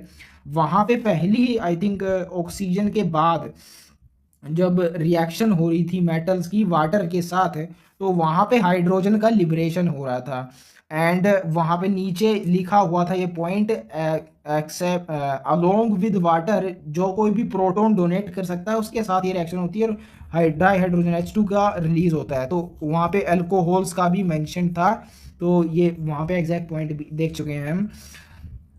The longest chain of carbon atoms containing the functional group is numbered in such a way that the functional group is attached to the carbon atom possessing the lowest possible number in the chain। तो जैसे substituent का lowest number आना चाहिए था, हमने देखा था in case of branched hydrocarbon उनकी नोमेनक्लेचर के अंदर है। अब यहाँ पे क्योंकि ब्रांचिंग से ज़्यादा इंपॉर्टेंट हो जाता है ना फंक्शनल ग्रुप, ये रिएक्शन डिसाइड करता है, तो डेफिनेटली इसकी इंपॉर्टेंस उसके ज़्यादा है, तो ब्रांचिंग पे नहीं करेगा। फंक्शनल ग्रुप जिस लोवेस्ट कार्बन पे आएगा वहाँ से नंबरिंग स्टार्ट होगी इस कंपाउंड की। In the case of poly functional compound, poly means more than two, यानी जिसमें more than two number of functional groups हैं, उन केस में one of the functional group is treated as principal functional group and the remaining functional groups are treated as subordinate functional groups, यानी substituent की तरह उनको treat कर लिया जाएगा। एंड अब आपको यहाँ पे बताया जाएगा कि इसका क्राइटेरिया क्या होगा कि कौन सा प्रिंसिपल फंक्शन ग्रुप होना चाहिए, और बाकी सारों को तो हम सब्स्टिट्यूएंट की तरह ट्रीट करेंगे ही। The choice of principal function group is made on the basis of the order of preference, and ये ऑर्डर आपको बाई हार्ट लर्न होना चाहिए। यही मेन चीज़ है वो जो आपको काम आने वाली है ऑर्गेनिक कंपाउंड्स के आईयूपीएसी नोमेनक्लेचर के अंदर। कोई इसका ऑर्डर आपको बताया नहीं जाएगा, आपको खुद से पता होना चाहिए। ऑर्डर ऑफ प्रेफरेंस क्या होगा, इसके लिए एक मेन चीज़ आप थीम याद रख सकते हैं कि जिसकी ज़्यादा रिएक्टिविटी होगी उसका इन्फ्लुएंस कंपाउंड पे ज़्यादा होगा, एंड प्रिंसिपल फंक्शनल ग्रुप उसी को माना जाएगा। तो ईद इस ऑर्डर के अंदर सबसे पहले एसिड्स आते हैं, एसिड्स की रिएक्टिविटी सबसे ज़्यादा होती है, फिर आते हैं एसिड डेरिवेटिव्स। अब इसको ऐसे याद रखिए आप, डेरिवेटिव हो गया एसिड का मतलब एसिड से कुछ डिक्रीज हो गया तो रिएक्टिविटी डिक्रीज होगी। डेरिवेटिव डी से डेरिवेटिव और डी से डिक्रीज, यानी उसमें रिएक्टिविटी डिक्रीज हो जाती है, तो एसिड्स पहले आएंगे, एसिड डेरिवेटिव्स बाद में आएंगे। अभी के लिए सिर्फ इतना देखिए, इसमें आगे का ऑर्डर बाद में देखा जाएगा। और एसिड में सबसे पहले आते हैं कार्बोक्सिलिक एसिड आता है, सल्फोनिक एसिड भी होता है, सिर्फ दो ही एसिड्स हैं यहाँ पे, एसिड डेरिवेटिव्स तीन हैं। इसको ऐसे याद रखिए, जो क्लास 12 केमिस्ट्री में एक चैप्टर है aldehyde ketones and carboxylic acids, वहाँ पे कहीं भी सल्फोनिक एसिड के लिए सेपरेट चैप्टर नहीं गिवन है। इसका मतलब प्रायोरिटी और इम्पोर्टेंस ज़्यादा है कार्बोक्सिलिक एसिड की, इसलिए इसके नाम पे सेपरेट चैप्टर है। तो इससे याद रखिए प्रायोरिटी में पहले आएगा सल्फोनिक एसिड से, तो पहले आया कार्बोक्सिलिक एसिड फिर सल्फोनिक एसिड, दो ही एसिड थे खत्म हो गया। अब आगे एसिड डेरिवेटिव्स। डेरिवेटिव्स दो टाइप के होते हैं, एक में सिर्फ हाइड्रोजन रिमूव हो रहा है, एक में सिर्फ हाइड्रोजन और ऑक्सीजन दोनों OH as a whole remove हो रहा है। तो जिसमें जितना ज़्यादा डेरिवेशन उससे हुआ, बेसिकली निकाला गया है एसिड से डिराइव करने के लिए, उतनी ज़्यादा रिएक्टिविटी उसकी घटेगी। ये देखो इसमें सिर्फ हाइड्रोजन ही रिमूव हुआ है इसलिए आगे आ रहा है, और बाकी जो दोनों एसिड डेरिवेटिव बचे उसमें OH as a whole remove कर दिया जा रहा है, तो इनकी डेरिवेटिव्स की रिएक्टिविटी और डिक्रीज कर जाएगी, इनका पीछे ऑर्डर होगा। अब ये जो alkyl group, R alkyl group होता है ये तो हम जानते ही हैं। एज अ होल क्या कंपाउंड होता है ये, COOR, ईस्टर बोलते हैं शायद इसको। तो ईस्टर पहले आएगा COCl से और CONH2 से, ये तो हमने देख लिया। लेकिन COCl और CONH2 में पहले कौन सा आएगा, इसके लिए आप इलेक्ट्रोनेगेटिविटी का कंसेप्ट लगा सकते हैं। जिसकी इलेक्ट्रोनेगेटिविटी ज़्यादा होती है उसकी रिएक्टिविटी भी ज़्यादा होती है, यह जो जनरल ट्रेंड होता है, ये पीरियोडिसिटी चैप्टर में देखा है हम। तो क्लोरीन और नाइट्रोजन की ये भी चीज़ हम देखा है कि ऑलमोस्ट सेम होती है इनकी इलेक्ट्रोनेगेटिविटी। पीरियोडिक क्लासिफिकेशन में ये ऑर्डर आता है, वहाँ पे हमने एग्जैक्टली देखा था ये। तो यहाँ पे इलेक्ट्रोनेगेटिविटी फेल कर जा रही है, लेकिन इसके जो CONH2 इसमें हाइड्रोजन जुड़ा हुआ है नाइट्रोजन के साथ, एंड हाइड्रोजन एक इलेक्ट्रोपॉजिटिव एलिमेंट होता है, इलेक्ट्रोनेगेटिविटी नहीं होती इसकी उतनी ज़्यादा, तो इस ये नाइट्रोजन से अटैच होकर इसकी इलेक्ट्रोनेगेटिविटी कम कर देगा, ऐसे आप समझ सकते हैं। तो क्लोरीन की ज़्यादा रह जाएगी, नाइट्रोजन की कम हो जाएगी, तो इसलिए COCl पहले आएगा और CONH2 बाद में आएगा।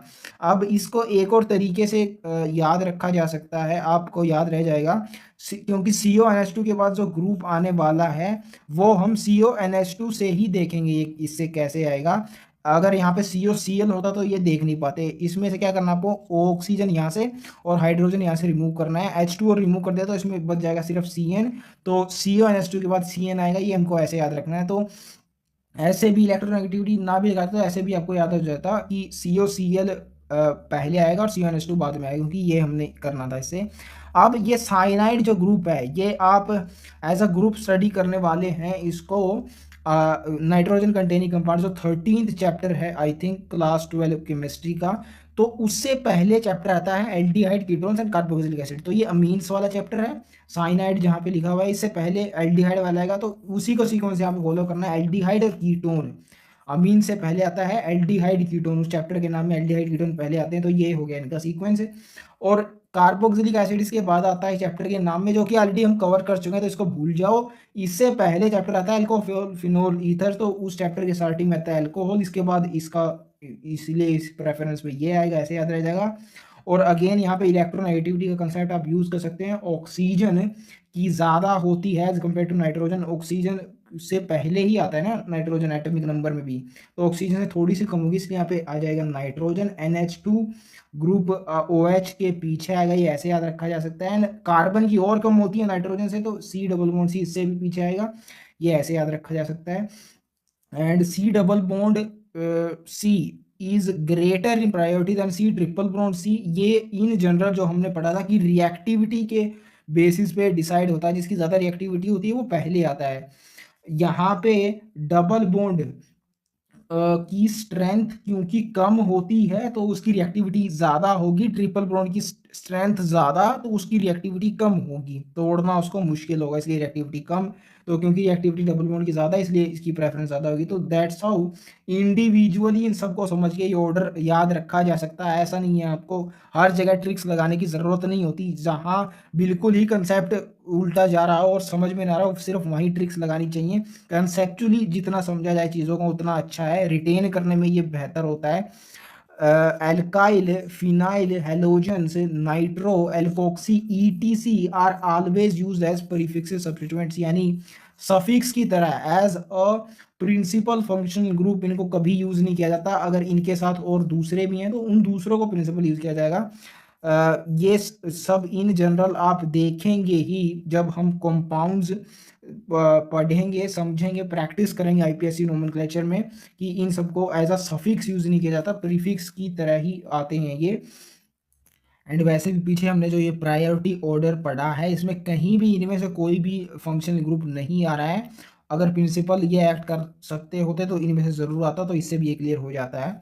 Thus, a compound containing both alcohol and keto group is named as hydroxyalkanone since the keto group is preferred to hydroxyl group। तो hydroxy OH माइनस इंडिकेट करा है यहाँ पे, एंड ऑन ग्रुप पीछे कीटोन फंक्शनल ग्रुप को indicate कर रहा है, तो क्योंकि कीटोन की प्रेफरेंस इनमें ज़्यादा है तो as a principal function group ketone हम लेंगे, और hydroxy as a prefix substituent subordinate function group treat किया जाएगा।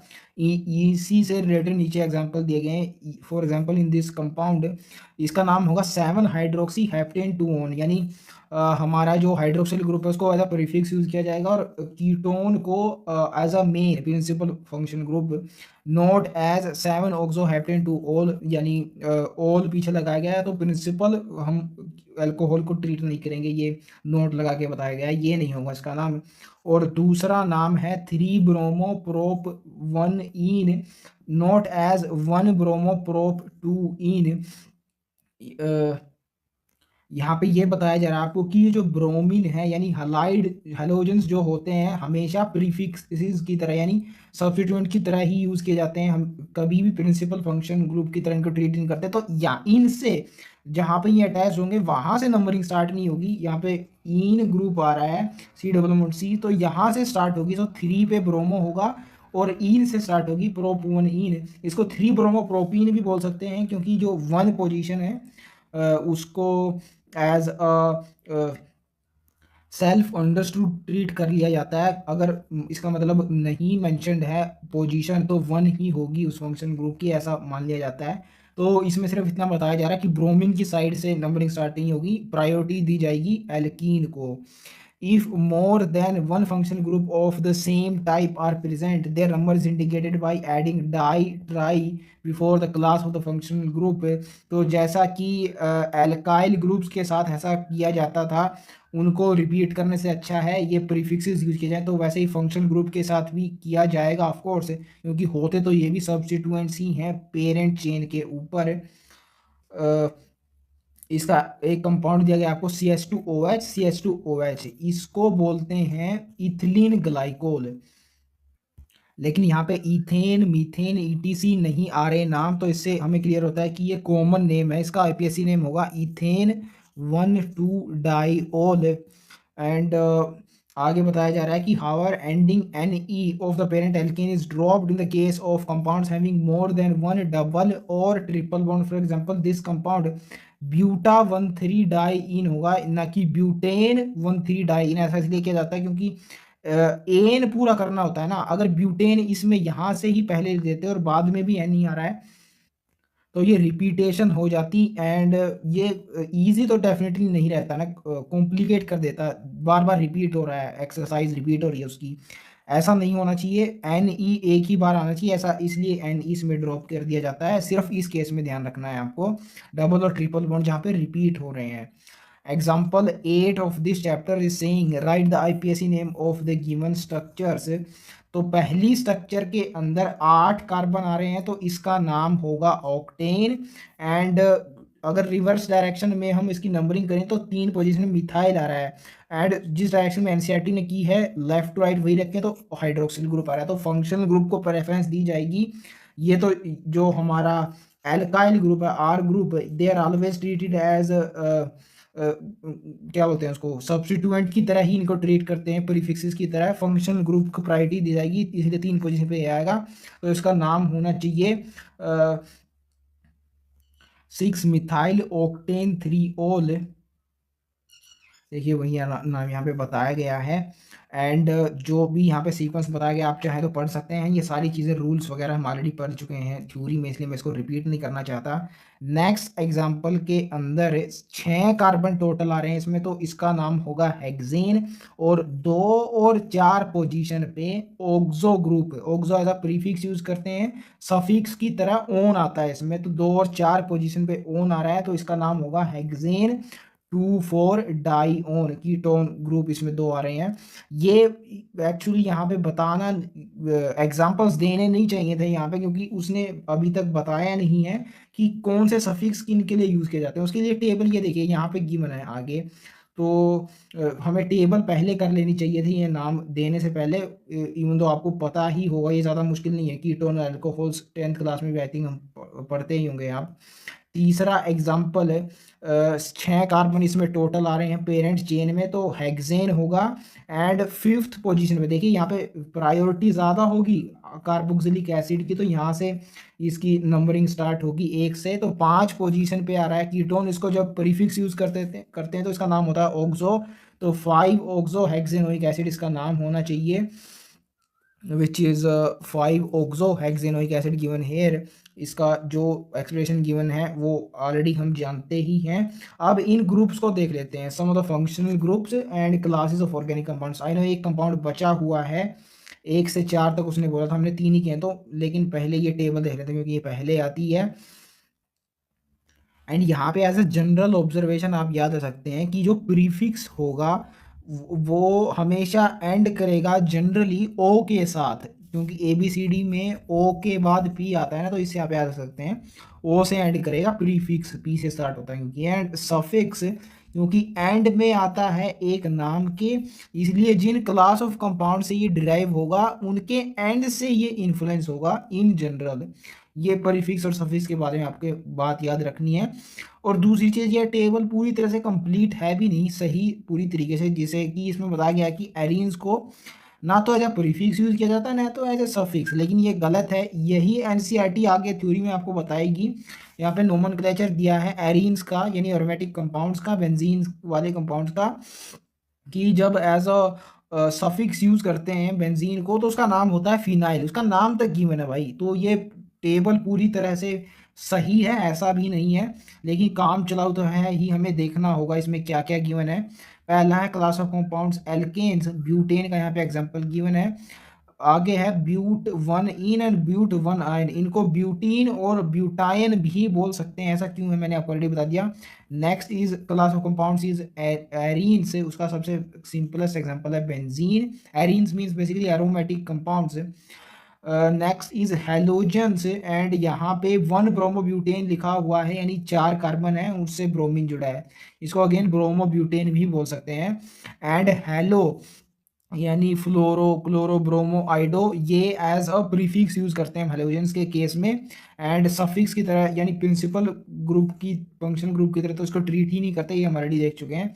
नेक्स्ट इज एल्कोहल्स, जिनको एज अ प्रीफिक्स की तरह यूज करते हैं तो हाइड्रोक्सी लगाते हैं, अगेन इसमें ओ आ रहा है एंडिंग के साइड में, एंड अल्कोहल्स इस इनके एंड में ओ आ रहा है तो उससे इन्फ्लुएंस इसका सफिक्स ओल लगाते हैं। ब्यूटेन टू ओल यहाँ पे एग्जांपल गिवन है, जी हाँ, इसको ब्यूटेन टू ओल ही लिखना होगा क्योंकि वन होता है सेल्फ एडजस्ट नहीं कि टू पोजीशन है।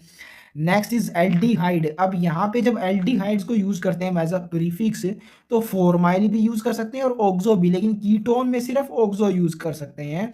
ये डिफरेंस आपको पता होना चाहिए, ये क्वेश्चन की फॉर्म में यूज करवा सकता है एग्जामिनर आपसे, इवन तो करवाया है या नहीं अभी मुझे नहीं पता है, लेकिन यहाँ पे गिवन है तो डेफिनेटली इसका सिग्निफिकेंस है कुछ ऐसे, इसको याद रखते हैं। देखो फॉर्माइल फॉर्मेल्डिहाइड सबसे पहला HCHO कंपाउंड होता है एल्डिहाइड्स के केस में, तो वहां से फॉर्मेल्डिहाइड आपको याद हो जाएगा ये कि फॉर्माइल इसमें एल्डिहाइड में आ जाएगा ना कि कीटोन में। कीटोन उसका पहला होता है एसीटोन, तो उसमें फॉर्म वगैरह कुछ नहीं आता तो इसलिए इसमें ऑक्सो ही यूज करेंगे जब इसको एज अ प्रीफिक्स यूज करेंगे। ओ क्यों करेंगे मैंने आपको ऑलरेडी बता दिया, सभी प्रीफिक्सेस के एंड में यूजुअली आता है, तो ऑक्सो क्यों करेंगे ये क्लियर होना चाहिए।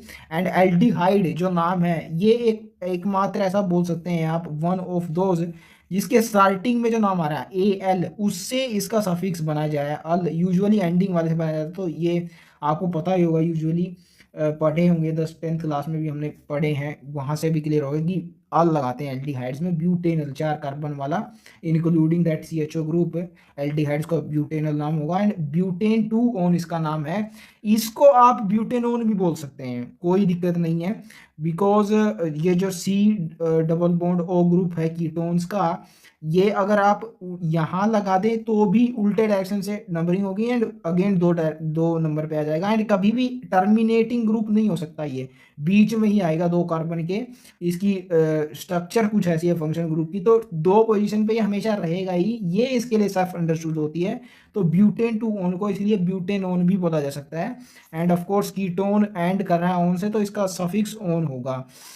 Next is nitriles, and as it is ये उठा ले गया, इसके सफिक्स के लिए एंडिंग होगा नाइट्राइल के लिए, तो 5 कार्बन वाला एक कंपाउंड है इंक्लूडिंग दैट CN ग्रुप है, तो पेंटेन नाइट्राइल इसका नाम होगा। एंड एज अ प्रीफिक्स जब इसको यूज करेंगे तो साइनो वर्ड इसके साथ एसोसिएटेड होगा, CN के साथ, O के साथ एड हो रहा है, ये हमने ऑलरेडी देख लिया। Next class of compounds are ethers, ROR से इनको रिप्रेजेंट किया जाता है। एंड एल्कोक्सी OR हमने देख लिया, हमेशा एज अ प्रीफिक्स यूज किया जाएगा, सफिक्स इसका कुछ होता ही नहीं है, वो यहाँ पे बताया गया है एल्कोक्सी होता है, इसका एग्जाम्पल लिया गया यहाँ पे इथोक्सी इथेन का। एंड डेफिनेटली ये IUPAC नेम है, इनका नाम कैसे दिया जाता है, क्या कुछ होता है इसमें, ये अल्कोहल फिनोल्स ईथर चैप्टर्स में देखा जाएगा, जो कि क्लास 12 केमिस्ट्री का है, आई थिंक 11th चैप्टर है वो। Next is carboxylic acid, COOS इनको रिप्रेजेंट करते हैं, कार्बोक्सी O आ रहा है एंड के टुवर्ड्स, ये इसका प्रीफिक्स होगा। सफिक्स में ओइक एसिड आता है, जैसे कि इसके नाम में ऑक्सिलिक है ना, तो ऑक्सिलिक से ओइक ड्राइव किया गया, तो ये इसका सफिक्स होता है। एंड 4 कार्बन वाला कंपाउंड है ये इंक्लूडिंग द कार्बन और कार्बोक्सिलिक एसिड, तो ब्यूटेनोइक एसिड इसका नाम होगा। नेक्स्ट इज कार्बोक्सिलेट आयन, ये कार्बोक्सिलिक एसिड से ही डिराइव होते हैं H+ के रिमूवल के बाद, एंड इनको कभी भी प्रीफिक्स ऐसा यूज नहीं किया जाता, हमेशा सफिक्स के ही फॉर्म में आते हैं ये। O8 इनका होता है, तो एग्जांपल यहाँ पे दिया गया है सोडियम के साथ, तो इट इज सोडियम ब्यूटानेट 4 कार्बन वाला। एंड यहाँ से ये भी इन्फर आउट किया जा सकता है कि जो कार्बोक्सिलेट आयन है वो प्रायोरिटी ऑर्डर में कार्बोक्सिलिक एसिड से भी आगे आएगा, क्योंकि इसको तो प्रीफिक्स यूज किया ही नहीं जाता, यानी किसी के आगे नहीं दबता, ये किसी के आगे सब ऑर्डिनेट फंक्शन ग्रुप की तरह एक्ट नहीं करता, लेकिन ये तो कर भी जाता है, कार्बोक्सी की तरह प्रीफिक्स का यूज कर भी लेते हैं, तो इससे ये क्लियर हो रहा है। एंड ये ऑब्वियस होना चाहिए आपके लिए, क्योंकि ये हम जानते हैं कि न्यूट्रल स्ट्रक्चर ज़्यादा स्टेबल होती है एज कम्पेयर टू आयंस, तो कार्बोक्सिलिक एसिड का जो आयन है कार्बोक्सिलेट आयन वो ज़्यादा रिएक्टिव होगा, इसलिए इससे आगे आता है ये प्रायोरिटी ऑर्डर में। Next are ethers esters, basically ये कार्बोक्सिलिक एसिड के बाद उनके डेरिवेटिव्स आ रहे हैं, ईथर्स कार्बोक्सिलिक एसिड का डेरिवेटिव नहीं होता। एस्टर होता है, तो यहाँ पे बेसिकली एच रिमूव करके आर आ गया है। एल्कोक्सी कार्बोनिल इसका नाम है, जो कि यहाँ से क्लियर हो रहा है, ये होता है कार्बोनिल ग्रुप। और एल्कोक्सी ओ आर होता है ईथर वाला, ये हमने देख के आए थे अभी। तो इसको एज अ प्रीफिक्स यूज जब करते हैं तो ये यूज करते हैं एंड में ओ आर है ना इसके। और ओ एट लगाते हैं अगेन इसी के केस में भी, जब इसको एज ए सफिक्स यूज किया जाता है, जैसे कि एग्जांपल है मिथाइल प्रोपानोएट। ऊपर वाले से ये डिफरेंस सिर्फ इस केस में है कि ऊपर सी डबल ओ माइनस है, सिर्फ एक एनायन आपको गिवन है, तो कैटायन अपनी मर्जी का यूजुअली मेटल ही लगाते हैं, क्योंकि metal cations are more popular. तो इसलिए वहां पे कैटायन कोई भी लगाया जा सकता है। यहाँ पे कैटायन फिक्स है अल्कोक्सी कार्बन के केस में, मिथाइल ग्रुप ही, मतलब एल्काइल ग्रुप ही होगा कोई, सी डब्ल्यू माइनस और आर प्लस, यहाँ पे सी एच थ्री प्लस लगाया गया है, तो इसलिए ये डिफरेंस है। बाकी दोनों में क्योंकि एनाइन ही है इसलिए ओ एट लग रहा है इन दोनों के बीच में नाम के अंदर। नेक्स्ट इज एसाइल हलाइड, ये भी डेरिवेटिव होता है कार्बोक्सिलिक एसिड्स का। ओ एच हटा के एक्स हलाइड का एनाइन यहाँ पे लगा दिया जाता है। हेलो कार्बोनिल अगेन हलाइड से आया हेलो, और carbonyl C double bond O से एज अ सफिक्स। और ऑयल हलाइड इसको एज सॉरी प्रीफिक्स की तरह ऐसे यूज करेंगे, और सफिक्स की तरह जब यूज करेंगे तो ऑयल हलाइड लगाया जाएगा। जैसे हलाइड यूज करते हैं हम हेलोजन्स के लिए। यहाँ पे एग्जांपल लिया गया है ब्यूटानोइल क्लोराइड का, यानी इसमें 4 कार्बन होंगे, including this carbon of COX and chlorine ion जुड़ा हुआ है, तो क्लोराइड, तो ब्यूटानोइल क्लोराइड इसका नाम होगा। नेक्स्ट आर अमीन्स, जिनको अमाइनो एज अ प्रीफिक्स जब यूज करते हैं, और अमीन एज अ होल नाम डिराइव कर लिया गया, जैसे नाइट्राइल्स का डिराइव किया था क्योंकि उसी ग्रुप्स के अंदर आता है ये, नाइट्रोजन कंटेनिंग कंपाउंड्स के अंडर। तो नाम यहाँ पे लिया गया है ब्यूटेन टू अमाइन, ये ऐसे ही नाम होगा, ब्यूटेन अमाइन इसको बोल नहीं सकते क्योंकि वन अमाइन एक अलग कंपाउंड होता है, तो ध्यान रखना है इसके लिए आपको। नेक्स्ट ग्रुप इज अमाइड्स, ये डेरिवेटिव होते हैं अमीन्स के ना, ये भी उन्हीं के होते हैं कार्बोक्सिलिक एसिड के। देखिए CONH2 जो हलाइड होता है, जो एसाइल हलाइड के केस में एक्स रिमूव कर दिया गया है यहाँ पे NH2 से, बेसिकली OH माइनस से NH2 NHR और NR2 आए, तो जी हाँ ये भी अमाइड्स भी just like esters carboxylic acids के ही डेरिवेटिव्स होते हैं। कार्बामोइल इसका एज अ प्रीफिक्स यूज करते हैं, कार्बा अगेन कार्बोक्सिलिक एसिड से आ रहा है, एंड अमोइल ये अमाइड के ग्रुप से NH2 से एज अ प्रीफिक्स जब यूज करेंगे। और अमाइड सीधे सीधे उठा दिया गया है उसका नाम, जो क्लास ऑफ कंपाउंड्स है, जब इसको सफिक्स यूज करेंगे तो ब्यूटेनामाइड यहाँ पे नाम लिखा गया है क्योंकि 4 कार्बन है इसके अंदर। नेक्स्ट इज नाइट्रो कंपाउंड, इनको हमेशा हमेशा एज प्रीफिक्स ही यूज किया जाएगा, ये हम पीछे देख चुके हैं, सफिक्स इनको कभी यूज नहीं करते। वन नाइट्रोब्यूटेन, इसको नाइट्रोब्यूटेन भी बोल सकते हैं क्योंकि वन पोजीशन सेल्फ अंडरस्टूड होती है। And last is sulphonic acid, जो कि कार्बोक्सिलिक एसिड के तुरंत बाद आते हैं, इसलिए इनको एज अ प्रीफिक्स भी यूज किया जा सकता है जब कंपाउंड के अंदर कार्बोक्सिलिक एसिड भी प्रेजेंट होता है as a principal function group, तब इनका नाम होता है सल्फो। और sulfonic acid as a suffix use करते हैं जब, तो इस कंपाउंड के अंदर एक कार्बन है तो मिथाइल होगा, एंड पूरा नाम होगा मिथाइल सल्फोनिक एसिड। सो ऐसे ये टेबल आपको पता होना चाहिए कि क्या बताना चाहती है, क्या क्या चीज़ें इससे इन्फराफ्ट की जानी चाहिए। अब लास्ट जो एग्जांपल बच गया था वो देख लेते हैं। पार्ट बच गया था एग्जांपल 12.8 यानी 8वें एग्जांपल का, ये है वो चीज़, 6 कार्बन दिखाई दे रहे हैं, तो ये पहली बात तो हेक्सेन होगा ये। एंड नंबरिंग कहाँ से स्टार्ट होगी भाई, मुझे लगता है राइट टू लेफ्ट होगी, क्योंकि यहाँ पे डबल बॉन्ड आ रहा है, यहाँ पे ट्रिपल आ रहा है, डबल की प्रायोरिटी ज़्यादा होती है क्योंकि ज़्यादा रिएक्टिव होता है वो। तो hexane 1 3 diene and 5 yne, fifth position पे आयन यानी ट्रिपल बॉन्ड है, और 1 और 3 पोजीशन पे डबल बॉन्ड है, तो वही चीज़ें यहाँ पे बताई गई है। Hexa 1 3 diene and 5 yne. And यहाँ पे ध्यान रखिए ये हेक्सा है, हेक्सेन नहीं है। क्यों नहीं होगा, क्योंकि इन यानी डबल बॉन्ड 2 बार आ रहा है, जो कि पीछे हमने रूल देखा था, डबल या ट्रिपल बॉन्ड अगर रिपीट हो रहा है तो वहां पे एन जो NE एंडिंग होती है एल्केन की, वो ड्रॉप कर दी जाती है, वो रूल यहाँ पे इस्तेमाल हो रहा है, तो ध्यान रखना आपको इन रूल्स का। 12.9 ये भी पीछे वाले एग्जांपल की तरह ही है, फर्क सिर्फ इतना है कि पीछे पर स्ट्रक्चर्स गिवन थी, आपको नाम पूछे थे, यहाँ पे नाम गिवन है, उनकी स्ट्रक्चर्स पूछी हैं, तो इनको सभी 5 एग्जांपल्स को एज अ एक्सरसाइज आप ले सकते हैं, करके देखिए। आपसे कुछ नहीं हो रहा है तो कमेंट सेक्शन में आप पूछ सकते हैं, मुझे नहीं लगता इनमें आपको कोई डिफिकल्टी आने वाली है।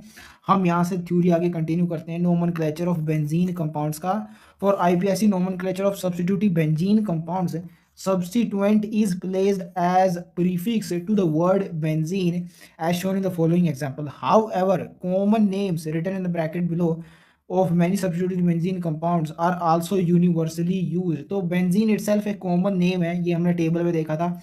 यही जब आईपीएससी यूज कर रही है तो जाहिर सी बात है दूसरे कॉमन नेम भी यूज किए जा सकते हैं.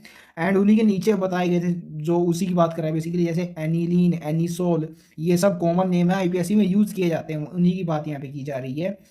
तो यहाँ पे सबसे पहले 3 एग्जांपल आपको गिवन है जो याद रखने हैं आपको. एनिलीन तो हमने देख लिया था कैसे याद रखना है, पाइरिडीन के साथ कैसे इसको स्ट्रक्चर्स को ध्यान में रखना है. उससे पहले आता है टोलुइन एंड देन एनिसोल. अब एनिसोल के एंड में ओल आता है, इसका मतलब ये अल्कोहल का डेरिवेटिव होगा. अब अल्कोहल में हाइड्रोजन हटा के ऑक्सीजन से कौन सा ग्रुप ऐड हुआ है, ये दोनों में एक ही साथ आपको याद रखना है, मिथाइल है दोनों में.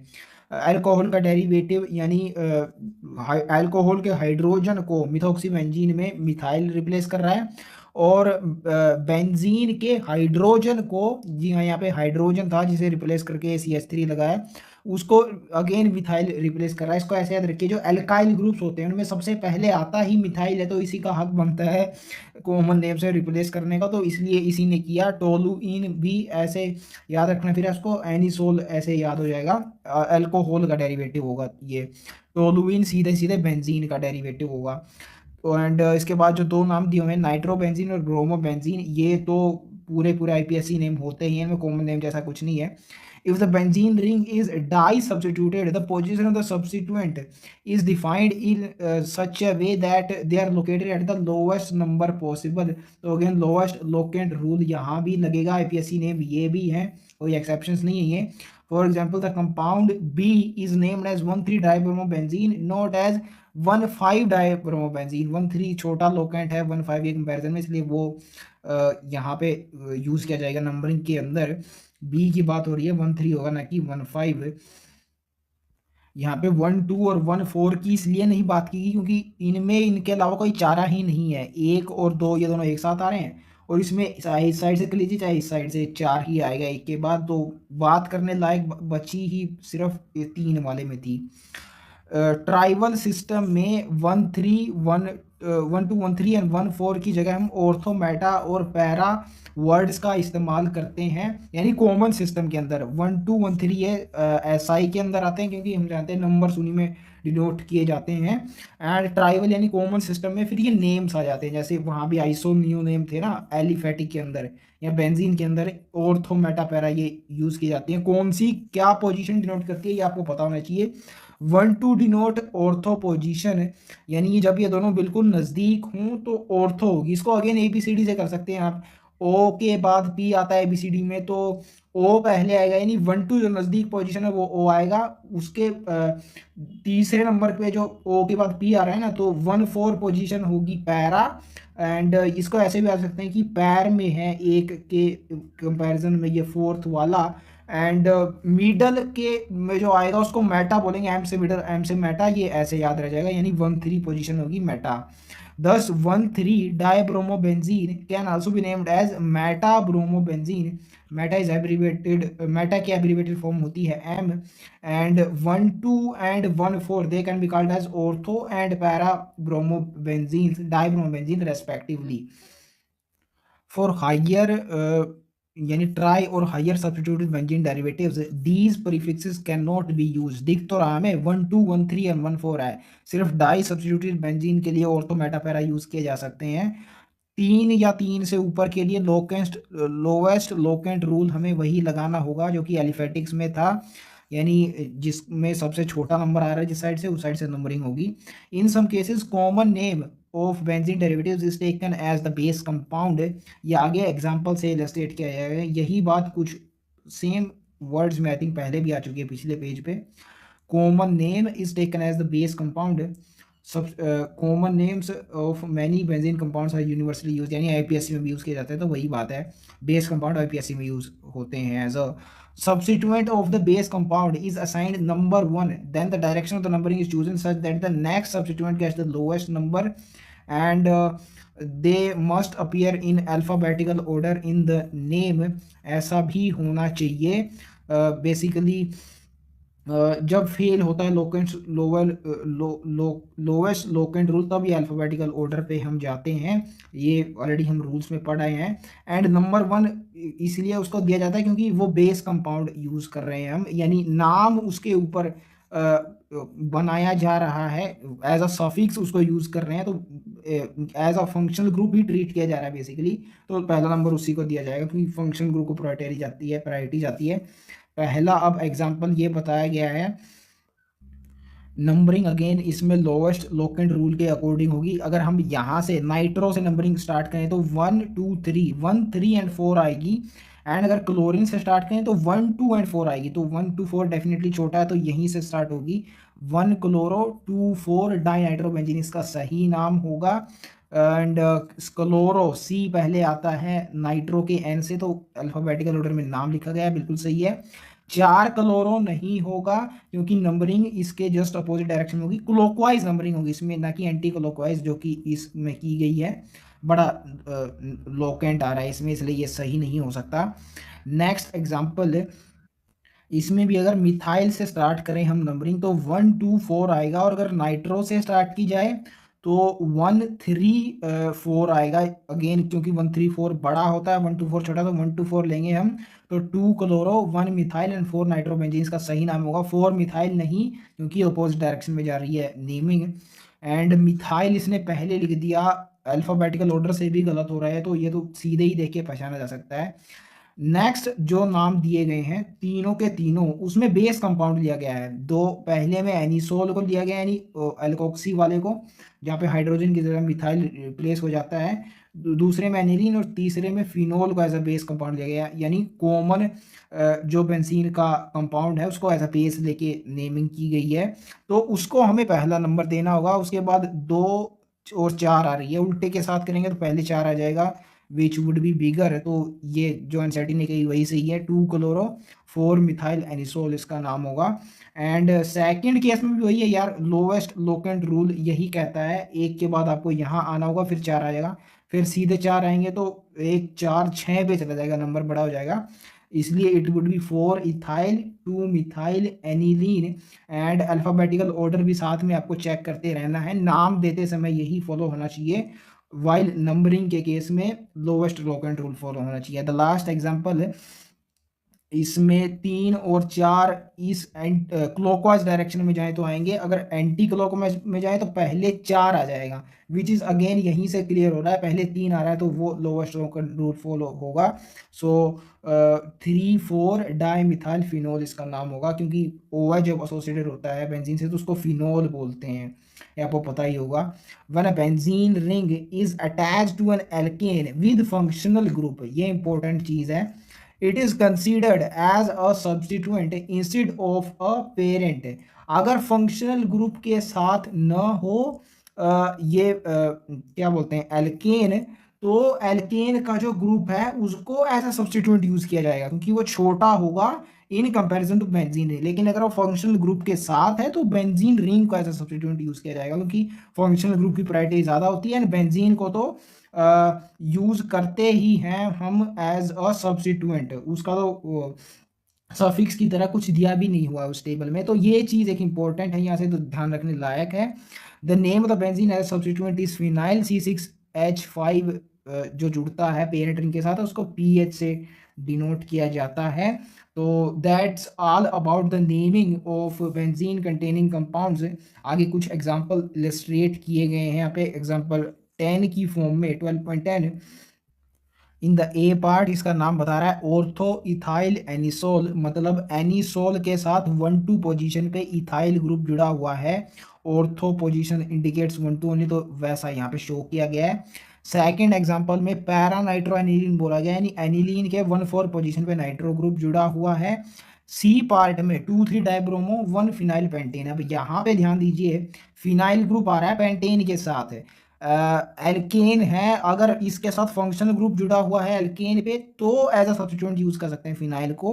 वैसा हुआ भी है। डाइब्रोमो मतलब हेलोजेंस हैं, हेलोजेंस तो फंक्शनल ग्रुप होते ही हैं, हमने देखा था उस टेबल के अंदर आते हैं ये, तो डेफिनेटली ये फंक्शनल ग्रुप है एंड सब्स्टिट्यूएंट की तरह यूज किया जाएगा। अब नाम कैसे दें इसको, अगर राइट टू लेफ्ट अब जाएं तो तीसरी पोजीशन में ब्रोमो आ रहा है, लेफ्ट टू राइट जाएं तो पहले पे ही सब्स्टिट्यूएंट जुड़ा है, तो यहाँ से नंबरिंग स्टार्ट होगी। It would be 1 2 one compound ये नहीं होगा, सॉरी ये होगा जिससे बेंजीन जुड़ा है, एक ये, 2 3 4 और 5, यानी 2 और 3 पोजीशन पे ब्रोमो जुड़े हैं, पहली पोजीशन पे फिनाइल जुड़ा हुआ है।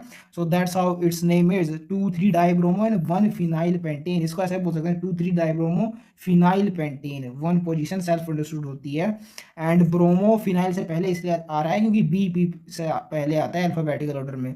लास्ट नेम के अंदर 4 इथाइल 1 फ्लोरो 2 नाइट्रोबेंजीन। अब यार इसका नाम देख के तो इसकी स्ट्रक्चर निकाल पाना तो बहुत आसान होता है। जो ट्रिकी क्वेश्चन है एग्जाम में पूछे जाने की पॉसिबिलिटी है वो ये होगा कि स्ट्रक्चर देके आपसे नाम पूछेगा, यूजुअली ऐसा किया जाता है।